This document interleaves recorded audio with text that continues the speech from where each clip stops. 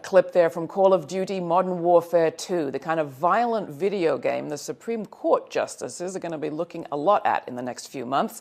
They are wading into a fight between free speech and children's rights. They agreed Monday to decide whether California can legally ban the sale or rental of violent video games like that to minors.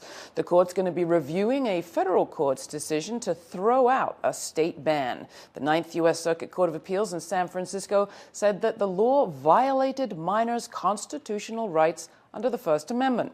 To discuss this case and more, we're joined by Joel Johnson, editor-at-large at Gizmodo, and Seth Chazelle, an American tech writer at the New York Times. And Seth, let me start with you. I mean, it was inevitable, perhaps, that a bunch of us looked at that WikiLeaks video, heard the conversation among the Apache helicopter pilots, watched what they watched, and thought, these guys just sound like they're playing video games. No wonder they're not treating the folks they're shooting at as real-life humans. Well, this is really a case of life imitating art, imitating life. In the first Call of Duty Modern Warfare game, there was actually a scene set in a C-130 gunship where it's showing you sort of the infrared images of people on the screen, and you're shooting and killing them, and they're supposed to be the bad guys. But that's really what these guys see when they're operating these kind of machinery and these kinds of weaponry. And there is this disconnect, absolutely. And I think the point of that scene in the earlier game was really to show how easy it is for humans to become disconnected from taking human life. So you're saying that the actual shooting is like video shooting, but what regulators are saying is the video shooting actually sets us up to do the real shooting. Joel, what do you think about that argument? I mean, I think that's incredibly simplistic. I don't know if you just look at it from the millions of people that have played video games over the last couple decades of first-person shooters and the very intimate kind of killing video games. You don't see a uptick in murder from these kind of actions. And I also think you have two separate issues, which is one, whether in a state of the military with this the Iraq video that came through, the disconnect between killing is actually what we want our military to have. We've sort of trained them to do that, which doesn't really have anything to do with video games per se. Well, let's talk about that training, because we went and looked at some of what we know about military training after the videotapes came out and saw that, yeah, indeed, I mean, throughout history, the military have used different techniques to encourage regular humans to become killers in war situation. It's not natural. What role do video games play in that training today, Seth, as far as you know? Well, as far as I know, I mean, the Pentagon and different branches of the military do use simulation training in various ways, because it's a lot easier to train someone on an electronic system than it is to go out and have live fire exercises. I think what we're getting at, though, is a sort of a broader question of the advances in military technology separating people from the decisions of actually taking other human lives farther and farther and farther. And now you can have someone in the United States controlling a Predator drone halfway around the world, and they can actually be releasing bombs and shooting weapons from so far. And that's really a question of military technology as we've gone from fighting hand-to-hand to long-range guns to missiles to now these advanced technologies. And it really does raise questions about how do we condition our warriors who we want to protect us, but also have an empathy and understanding what it means to take a human life. But Peter Singer's book about the new technology and the technology of warfare becoming more and more as you describe it says that, in fact, kids that are coming out with a training in having played a lot of combat games are particularly prepped for those kinds of jobs. Absolutely. I mean, I think playing video games of any sort, I mean, it really revolves around eye-hand coordination, spatial awareness, sort of understanding your environment, and a sort of a sense of tactical awareness, which, while obviously not akin to real battlefields, I mean, you have, when you're playing video games, and violent video games should not be played by children, but it really involves thinking about, how do I take cover and flank an enemy, and how do I effectively achieve my military objectives when you're talking about combat games like Modern Warfare 2. Is there anything in the brain, Joel, that you think is affected by playing these kinds of games, so that if you were good playing, Call of Duty all through your teenage years, you're going to be better operating that Predator drone and perhaps more likely to be interested in that job? Well, I think what Seth said about having some better sense of tactics and understanding, war spaces and how to maneuver in those, I think games can definitely teach you that, just like sports teach you that. But I don't think from a psychological perspective or from a killing nature perspective, I don't think they change who you are as a person. I think they give you skills that maybe just apply to video games, or maybe they apply to real life and warfare. But I don't think they make you any more give you any more of a tendency towards violence than you would have otherwise. But don't these games train you to operate incredibly fast trigger? I mean, I'm not a player of the games, so take it for what it's worth. But you're training a fast trigger response, a quick trigger response from what some people refer to as the middle brain, where the brain kind of responds immediately, and that's how you get good at the game. That's how you get to level 2, level 3, who knows what. Why wouldn't your brain, having been trained that way on games, then maybe not pause in the way it should when it's a real human down there in the street? I think what's interesting to point out is that to be effective in these sorts of combat games, you actually have to be very aware of who you're shooting. And it's not simply a question of shoot anything that moves. You really have to be aware, am I shooting a friend or a foe? And that's not always easy to tell.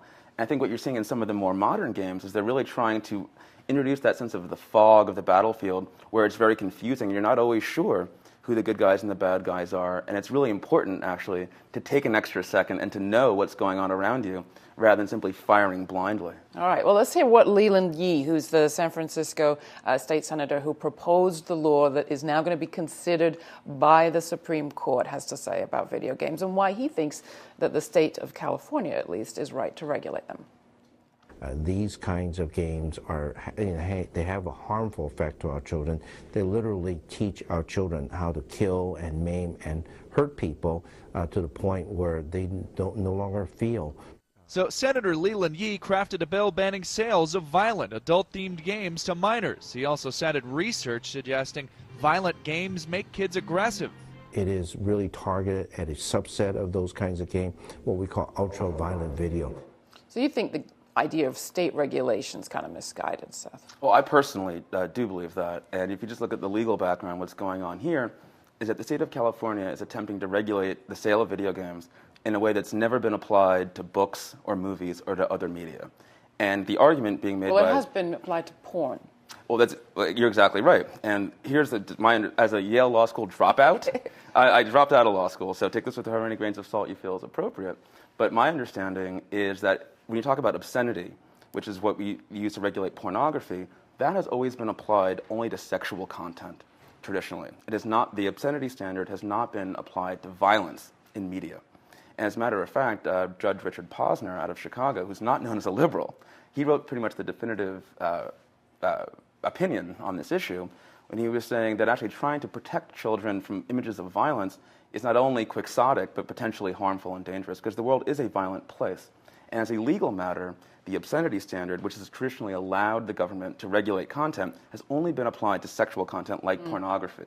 And what they're trying to do now, in the crux of this case, is whether the obscenity definition under the law can finally be applied to violent content as opposed to sexual content. Do you think that the courts are going too far, Joel? I mean, after all, it's not as if these games aren't regulated at all. The video game that we played at the top is, I think, got an 18 rating, like violent movies. Yeah, I mean, I think that personally, I'm almost against almost all censorship of any form, whether it's violence or sexual or whatever. I think the lens of history tends to show that we react and then realize later on that we kind of overreacted.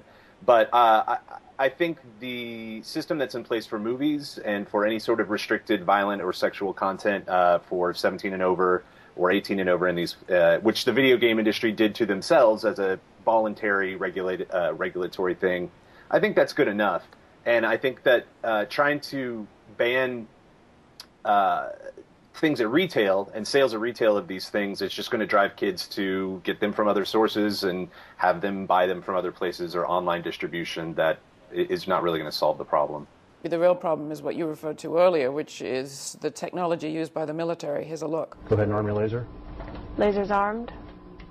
Master arm is hot. Go ahead and fire the laser.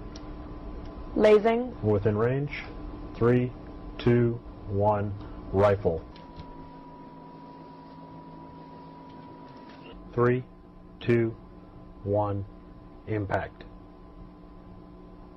Excellent job. Sense of what kind of technology is used in the military these days. There are now more people graduating as Predator drone pilots from Air Force academies than the kind of pilots we heard the voices of in those helicopter videos. Maybe the Supreme Court should require a certain minimum distance between the killer and the killed. Well, I think one of the interesting things about this case is that obviously for hundreds of years the Supreme Court has been adjudicating First Amendment issues. And traditionally, the justices themselves have always been able to view the media in question just like consumers do. They read the newspaper or the book or the art in question or the broadcast or the film. The question now is, will the justices be able to actually play these games and actually consume them the way that people do, that consumers do, or will they only be watching canned videos and not actually experiencing it the way that the people who are actually buying them are? And that's an open question, and we'll see how that plays out. Joel, you think that's where the distinction is?